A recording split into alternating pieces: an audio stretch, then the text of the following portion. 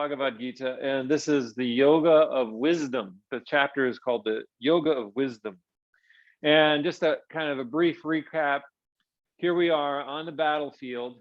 Arjuna is a warrior, and he's got to fight his own family because of the wickedness of some of the members of his family. And he has as his charioteer, his guide on the chariot is Krishna. And at this point in the story, he doesn't realize that Krishna is actually God in the form of a human being. So there's this dialogue taking place between these two. Krishna understands the mind of Arjuna very deeply, as God would understand the mind of anybody. And Arjuna is wrestling with this idea of having to go to battle against his own family, that his own kin are his enemies. And so he's perplexed and he doesn't want to do it. But meanwhile, they're right on the battlefield and they're ready to fight. And so this is the moment. This story is taking place. This conversation is taking place the moments prior to the battle, as Arjuna finds himself like, what do I do in this kind of situation where his mission in life is as a warrior, but yet he doesn't feel like he can carry that out. And maybe some of us can relate to this. We have a certain job to carry out as human beings as we are on this planet, as we live out our life on the earth. What is our mission? And what gets in the way of that? And how do we reconcile that? How do we get in touch with our true calling? Maybe that's another way to think of it. Arjuna is aware of his true calling, but he is not able to carry it out. And yoga is about not just uncovering our true calling, but how do we go about carrying that true calling out? And so this chapter on the Yoga of Wisdom, Krishna begins to counsel Arjuna on the proper attitude to take with regards to where he's at. And he tells him, now, again, just to say, before I read this, there might be sections here that you disagree with or that you find not understandable. And I totally welcome you to disagree and to be confused by them and to question this stuff. And we can have a conversation too after class if you want to. But here we go. He says, so this is the God in the form of a human being talking. He says, the indwelling one is eternal, indestructible, and immeasurable. The bodies of the indwelling one are impermanent. Therefore, Arjuna, whoever thinks that Atman, or the self, does the killing or can be killed, misunderstands. That self doesn't kill, nor is it ever killed. So that's the verse. Okay? So there's this he talks about the indwelling one, and that's referred to as what's called the Atman, or the true self, that which lies within every human being. And the qualities of this Atman are that it's indestructible, that it is immeasurable, that it is eternal, and that there is a distinction between that Atman and our human body, which is impermanent and destructible, not eternal. So why do you think he would say to Arjuna to talk about the difference between this Atman and this body mind that we have that's impermanent? Why do you think he would bring up this idea of a immortal aspect of ourself when Arjuna is in this dilemma? What would be helpful about this to Arjuna? Just something to think about. How would it be helpful for us if we were in such a dilemma? Okay, let's take a moment to pause, to look within ourselves. maybe even recognizing or noticing the Atman, this indestructible aspect of this self, not the body, not the mind.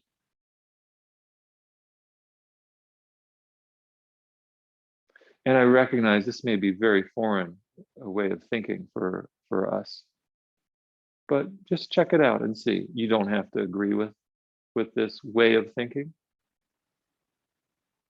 but you can, check it out and see for yourself if it's something that's helpful or not. In either case, let's just take a moment to breathe for a few breaths.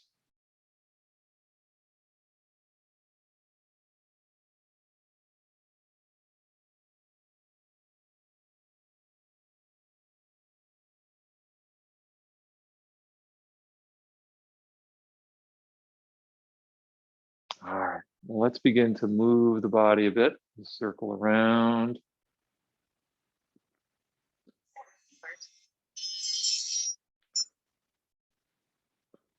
Circling our body around.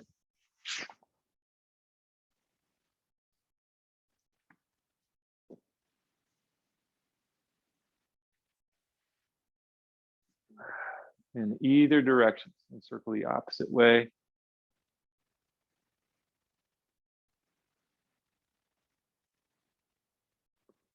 Circling in either direction.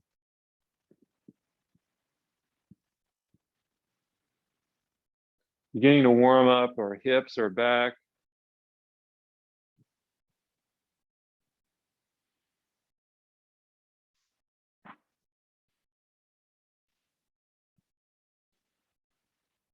And reaching our arms out and up, interlacing our fingers. Pressing the backs of our hands up towards the ceiling. And holding there, breathing.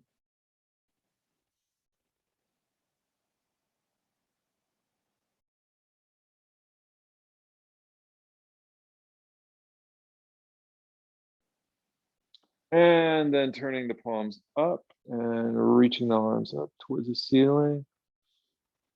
And breathing.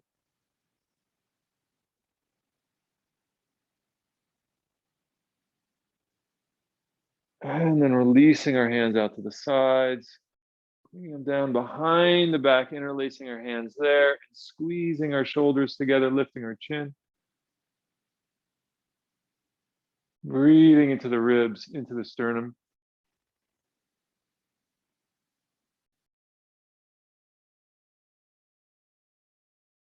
And releasing, taking hold of the knees and rounding the back, tucking the chin. Maybe rocking a little bit side to side.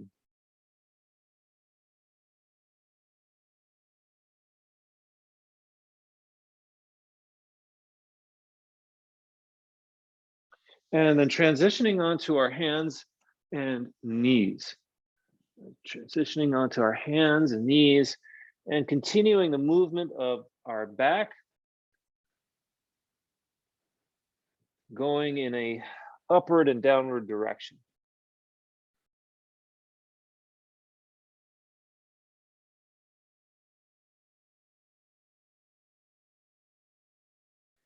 Curling the toes under our feet.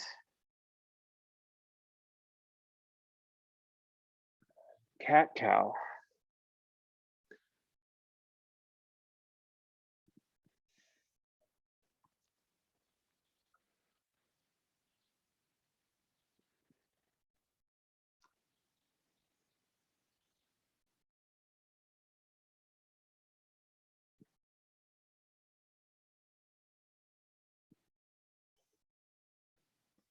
And when you're ready, begin to lift your knees off of the mat, walking your heels in place, stretching the calf muscles. Allowing the muscles in the neck to release. See if you can release the muscles in your neck and straighten the elbows. Straightening the elbows takes the pressure off of your elbows and wrists. Kind of digging the heels of your hands into the mat. as you are in this downward dog. Going at your own pace, right? You don't have to go at my pace. Bending one knee, straightening the other, and shifting the body left and up and down, hips going up and down.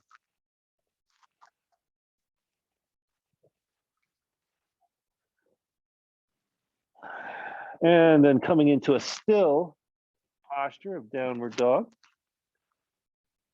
Coming into a still downward dog, drawing both heels down, straightening the knees, internally rotating the thighs, straightening the elbows, softening the neck, and hold. See if you can draw the head lower, lift the tailbone higher.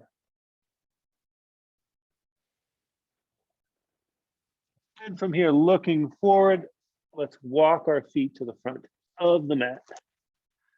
Rounding through our back, taking hold of the elbows. Bend your knees if it hurts your low back in doing this. And we're just bringing our head from left to right, from side to side.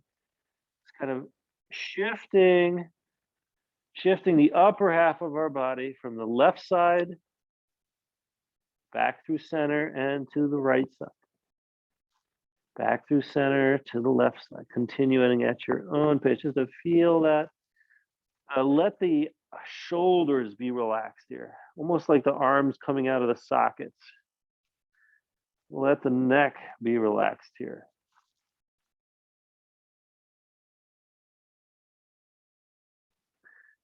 And then releasing the hands, pressing them against the shins or knees and extending the spine forward just a bit. Extending the spine forward, flat back. See if you can create a flat back, drawing the shoulders away from the ears now. And tucking the chin just a little bit so that you have some length in the back of your neck. Right? Feel that difference when you lift your chin, the back of the neck gets cramped. As you tuck the chin, the back of the neck lengthens. So we want a long back of neck. And then from here, releasing your hands to your sides and lifting the head up.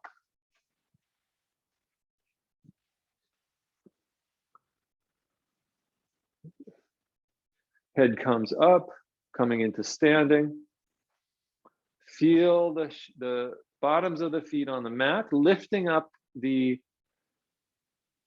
toes, except for the big toe, lifting up the pinky toe and all the other toes, except for your big toe, lifting them up so that the insides of the feet are pressed into the mat. Shift your weight forward, lifting up the four toes on each foot.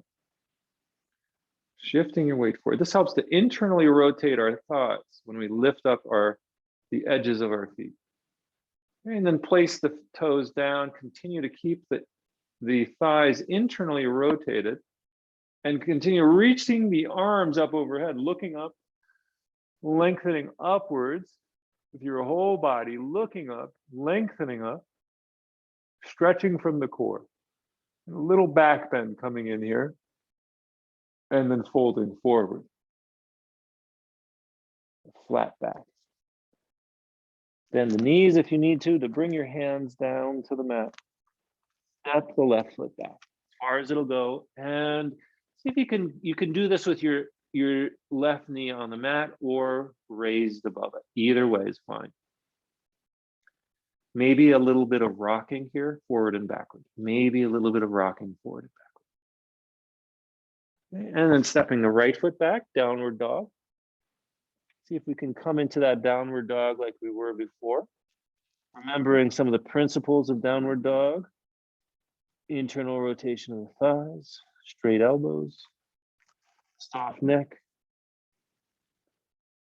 Shifting forward, lower the knees, and being mindful about your descent onto your abdomen. being mindful of your descent down onto your abdomen by really engaging the shoulders here.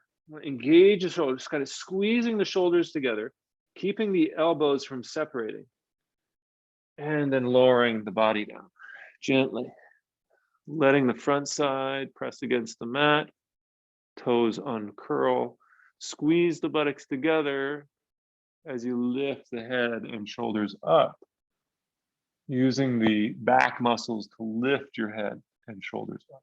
Elbows stay pressed into the sides, shoulders together, curl the toes, push up and back. Walking forward, step the left foot forward when you're ready. Here again, your back knee can be on the mat or off. Rocking a little bit forward and backward.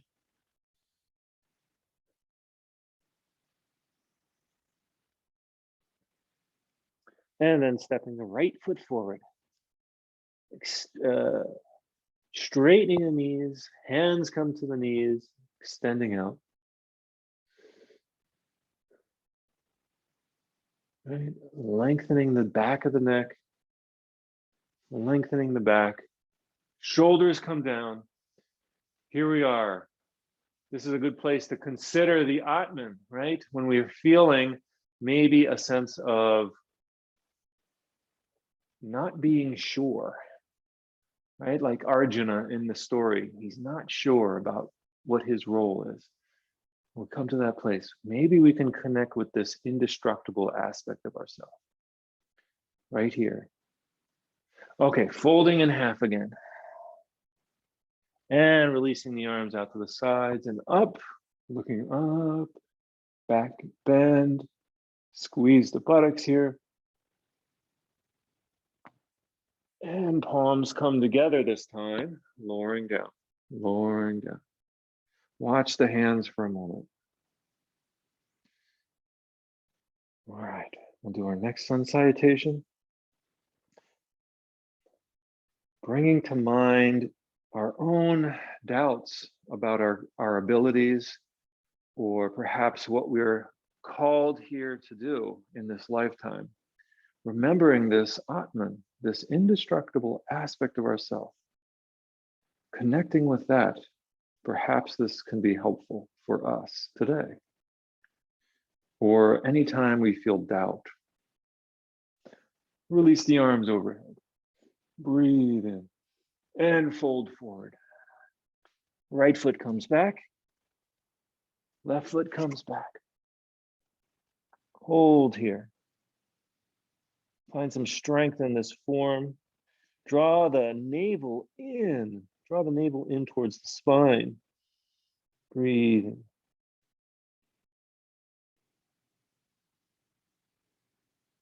And lowering the knees, and again, shift forward, squeezing the shoulders and letting the front side down, uncurl the feet, peel up the head and shoulders.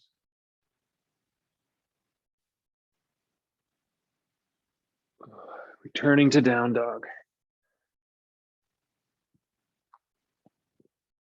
Holding here, holding here.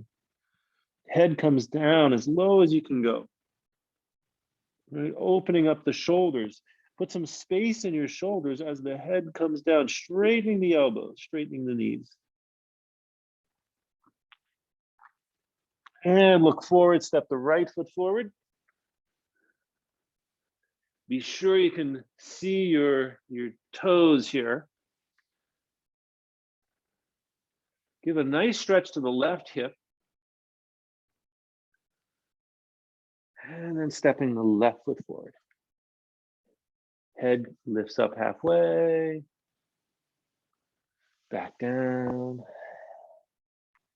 All the way up, coming all the way up. Lock the thumbs, stretch straight up. Maybe bending back a little bit. And palms together in front of the heart. Watch the hands descend. Okay, last one with a little variation, arms overhead. And fold forward, exhale. Plant the hands, left foot comes back, and now let's lower the left knee down keeping the toes curled, lift the front toes up, right? Lifting the front toes up as we straighten the right knee. If the right knee doesn't straighten, that's okay. We can just work at that. Right? Lifting the toes up, right knee straightens, maybe. And if that really hurts, just lower the foot down and then see what happens by coming back into the pose if it's any different. Now you can do that several times if you want to. This stretches the hamstring really nice, takes some pressure off of the low back as well as the knee. All right, that's just been my experience with it. Let's see what it is for you. Let's step the right foot back, downward dog. Shake the head a little bit to keep the neck muscles loose.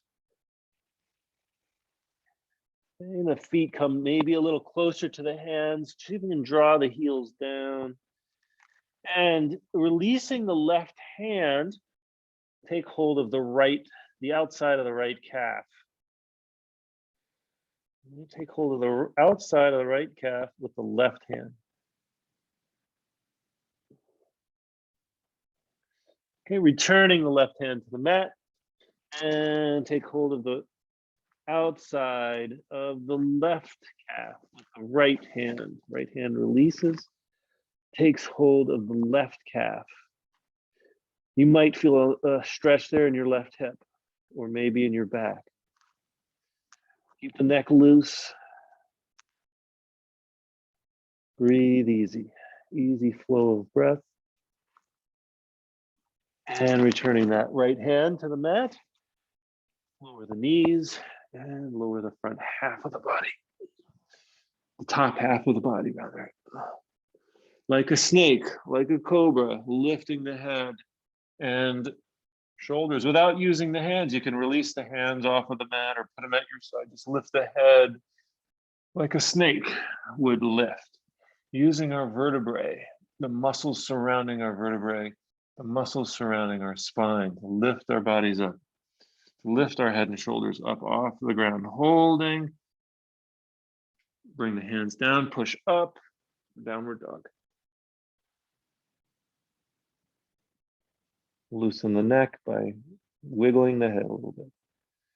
Looking forward, left foot steps forward and lower the knee down. Let's try that with the left leg as we lean backwards. And you can adjust your foot here, right? Your foot, you could slide your foot higher up the mat or closer to the top. And maybe it works differently for you to do that. Right? You can try that if you want. Right? And if that's really not working for you, just lower that foot back down. Maybe come back into it. Right? So just kind of rocking forward and backward here several times.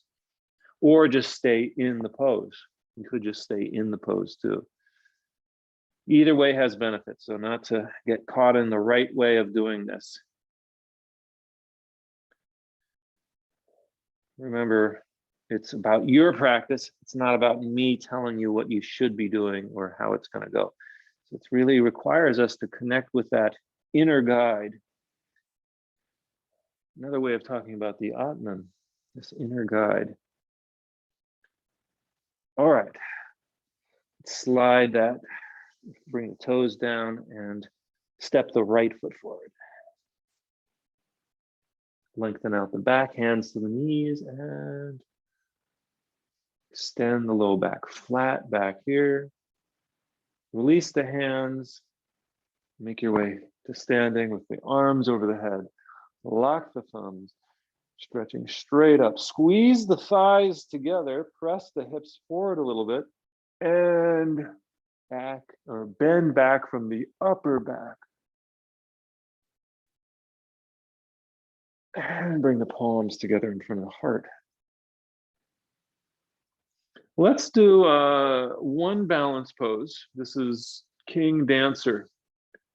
This one, you may want to be near a wall or have a chair nearby to hold on to stabilize. Okay, so I'm going to shift onto our left foot. bringing up our right foot, bending our knee, and then reach back behind you with your right hand. Take hold of your foot from the outside of the foot rather than from the inside. So this would be from the inside. We're going to just take hold of the foot from the outside and then reaching forward with our left hand, pushing the foot into our right hand. Right. Feel that, maybe feeling an opening in your ribs, in your pectoral muscles.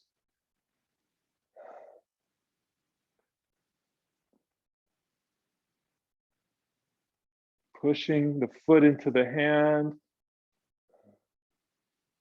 awakens the muscles of the right thigh. You might feel something in your low back here. And let's, with mindfulness, release the hand and not be too quick to put the foot down. But it's okay if you did. All right, and rest. Come into mountain pose, turning the palms out. Notice the external rotation of the shoulders as you turn your palms out. Opens up the rib cage a bit for easier breathing. All right, let's try the other leg. Okay. Shifting the weight into the right foot. When you're ready, find your balance. Begin to bend the left knee. Catch it with the left hand. And then push the foot into the hand.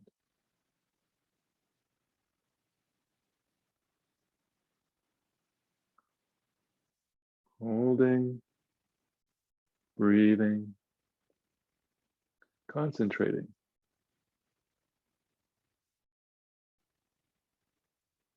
There is something within you that is indestructible, according to the Gita.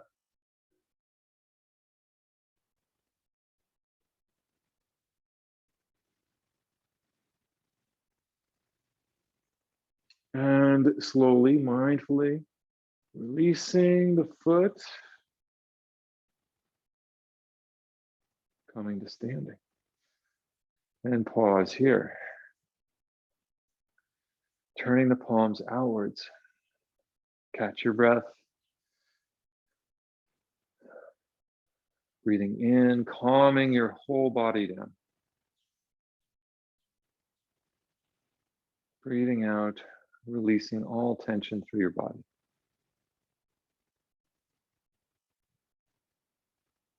Okay, so we'll try that same King Dancer's pose one more time.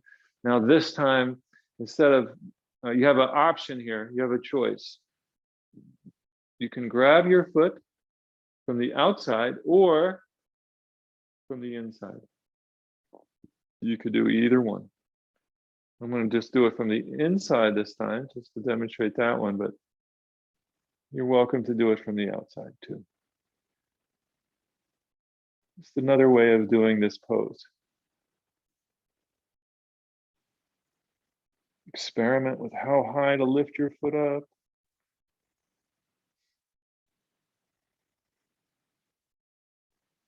The distance between your knee and the floor is really arbitrary. The distance between your right foot and the floor doesn't matter. What matters is your attention to what your own experience is. And to pay tribute to that. Ready to come out? Go ahead and release the foot and rest in mountain. Shoulders soften.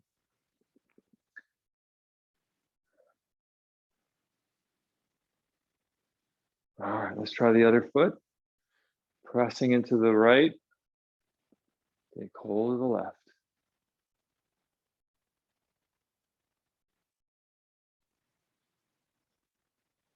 Remember to breathe evenly. You can focus your eyes on one point on the floor. Sometimes that helps people.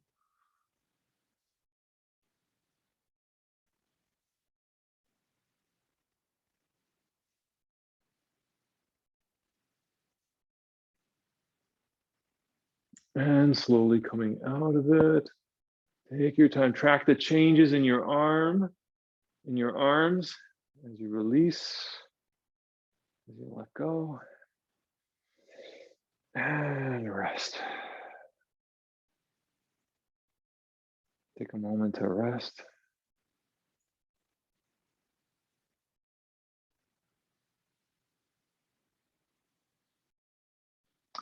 All right, let's go ahead and lay down on your backside now. We'll do some yoga on the floor, on our back.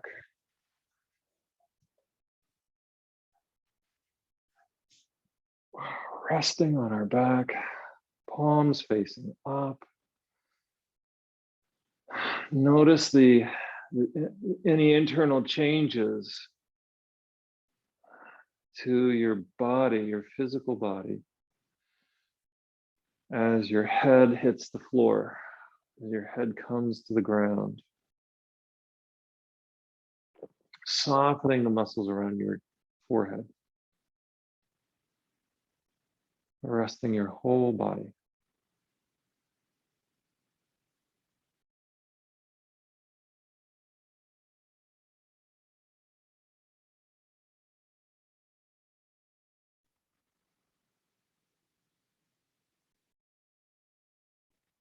See if you can completely let go of all exertion.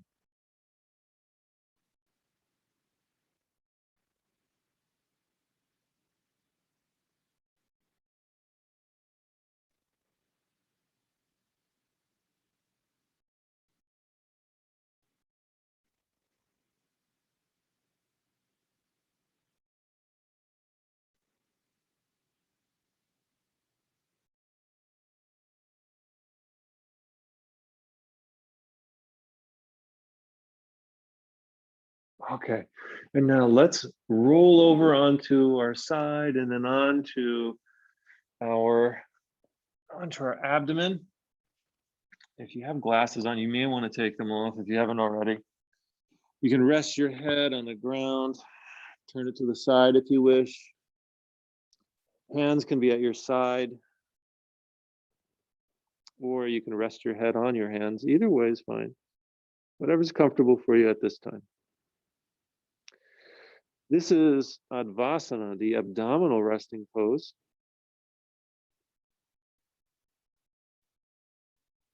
So we're practicing one of the most difficult yogic poses, and that is rest. See if you can connect or feel the connection between your body and the floor. All the points where your body meets the ground.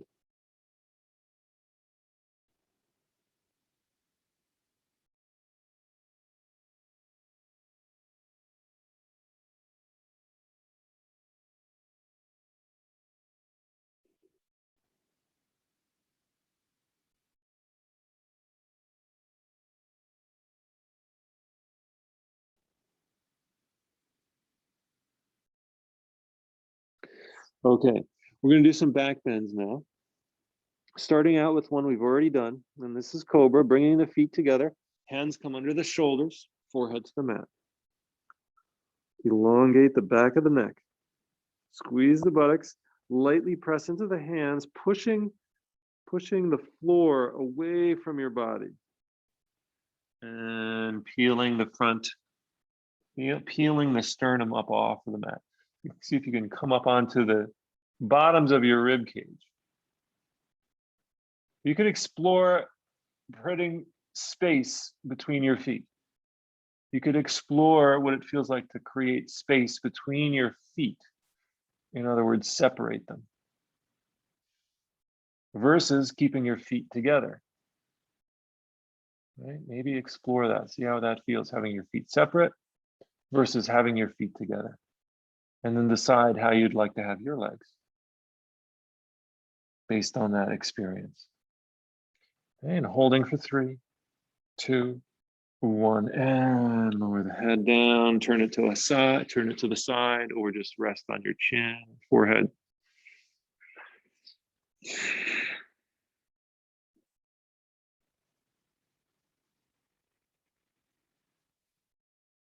Okay, let's bring the chin to the mat, hands to the sides, Roll to one side, bring the arm underneath your body. Roll to the other side, bring your other arm underneath your body.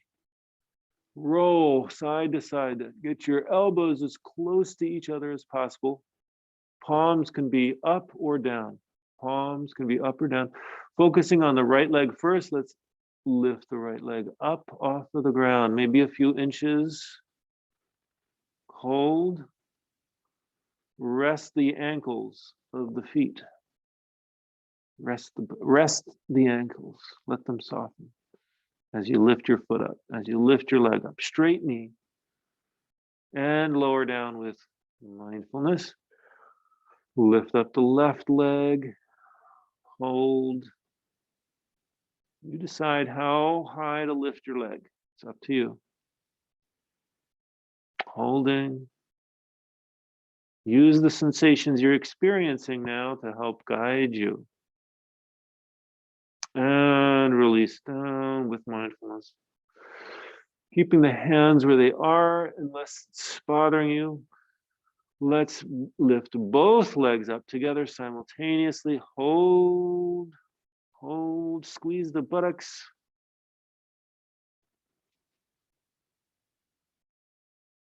And slowly lower down.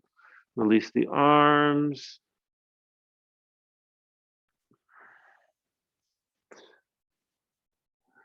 And rest.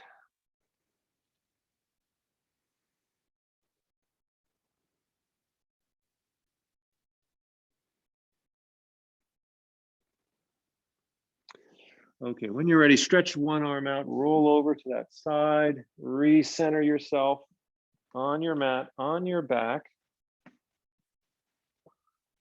Draw the knees into the ribs, stretch the muscles in the back. Let's roll side to side a few times. Rolling side to side.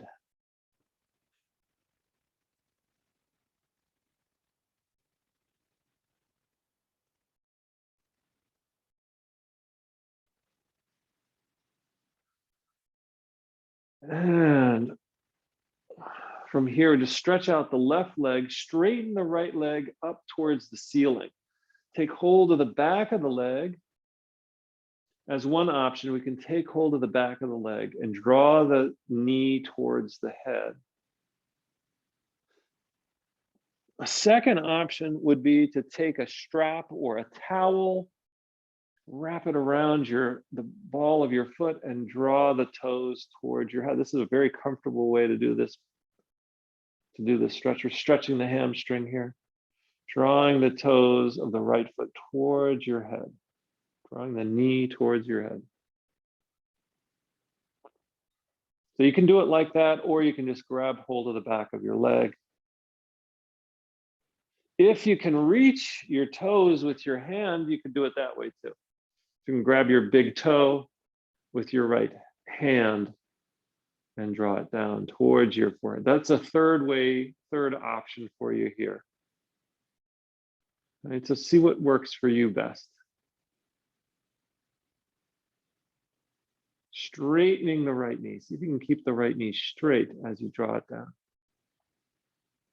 It wants to bend. It will want to bend. So you have to be really conscious of that and continue to ask yourself if your knee is straight.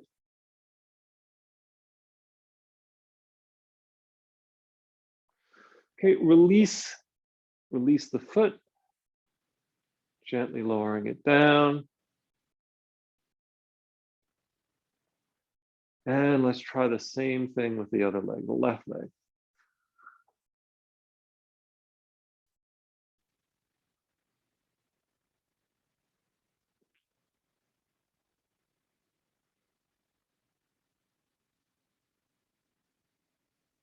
Feeling that stretch in the back of the left leg. Keep your back on the ground.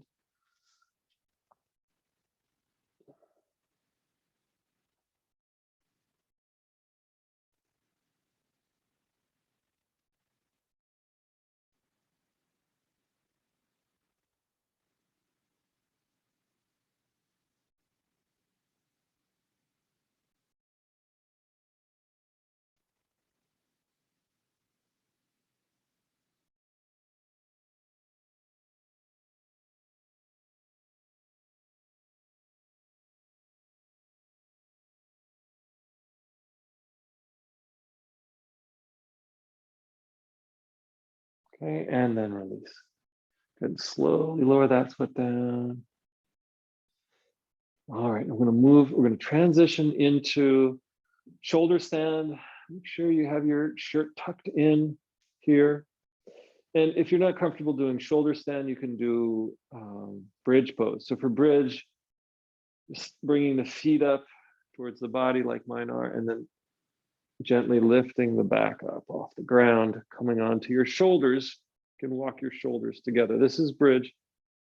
Shoulder stand, lifting your feet over your head, pressing into your arms for lift, bringing your hands to your low back. Right, make your shoulders comfortable, your neck comfortable. Your feet could be pointing towards the wall or towards the ceiling, either way.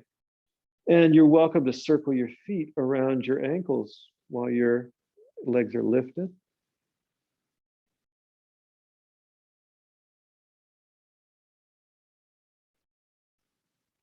If you want to do the splits, you can take the right foot over the head, the left foot to the side, to the foot of your mat.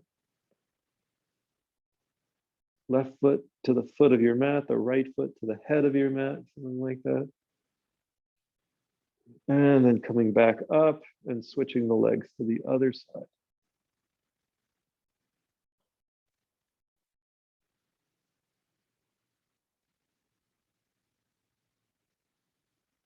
Then bringing the legs back up and maybe doing the splits out to the left and right sides.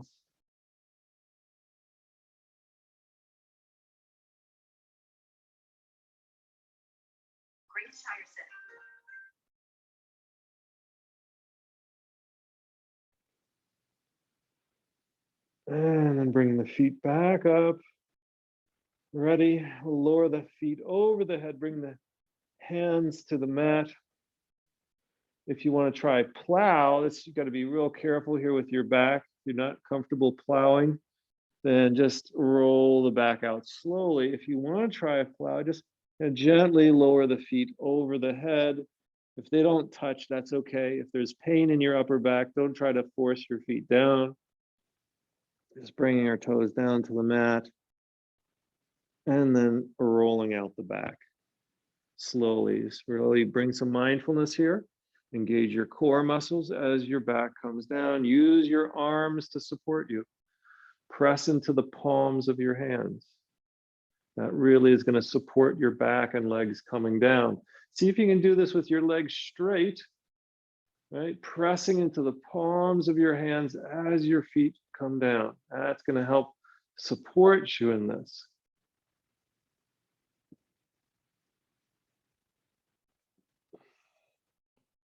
And once the legs are down, take some time to rest your body. Feel that wave of relaxation coming over your body.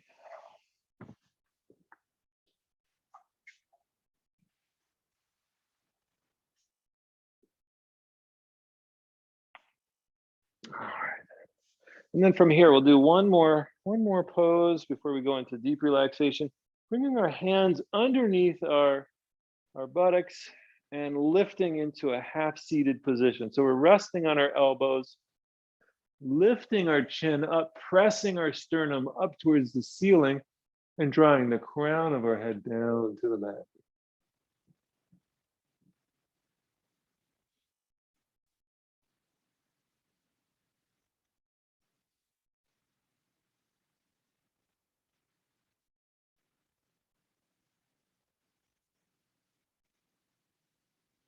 And when you're ready, begin to lift your head back up slowly. Now that really stretches the front of the neck. It's the counter pose to the shoulder stand.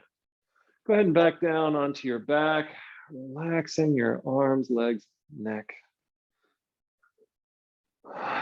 Roll the arms a few times left and right. Roll the legs a few times left and right. Take a deep breath in. Hold it and squeeze the legs, squeeze the arms, make fists, lift the head, arms, and legs together and squeeze tight and release. Rest the arms, head, and legs.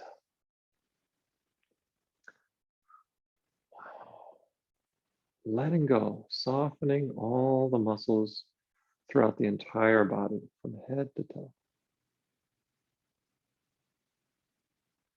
Softening the muscles in the face.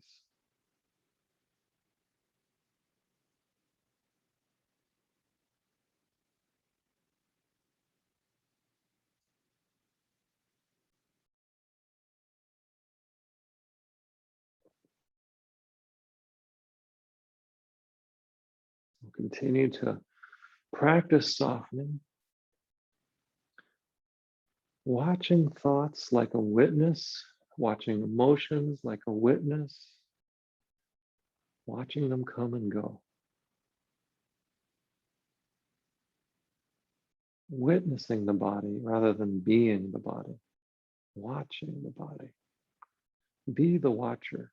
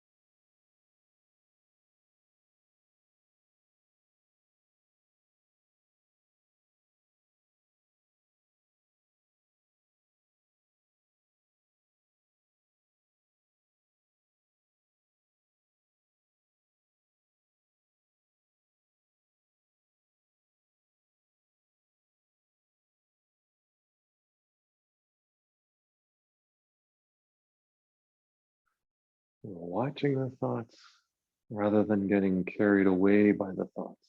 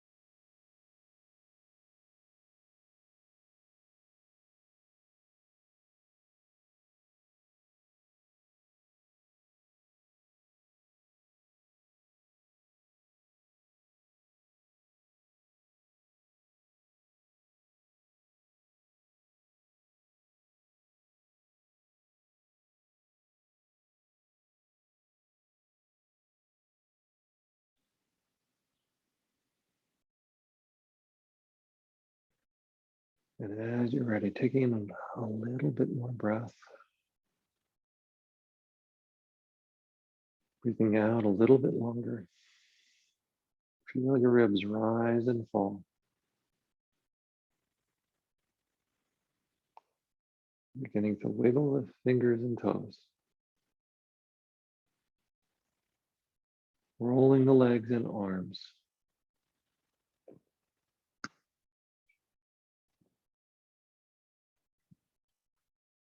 And in your own time, rolling to one side.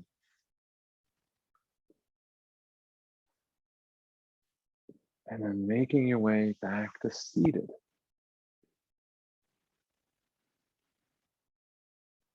Bringing a wakeful presence to however it is that you feel right now, even if you feel sleepy.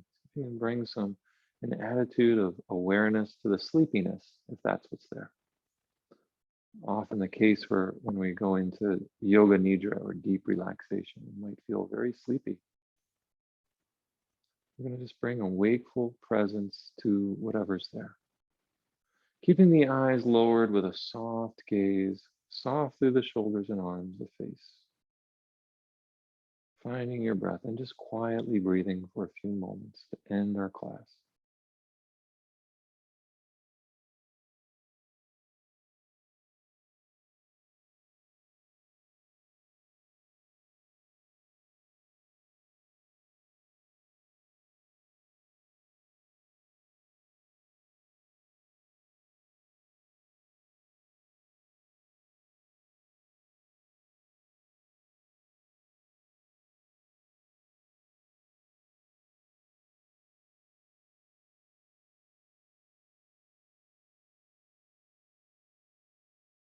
Closing our class for today.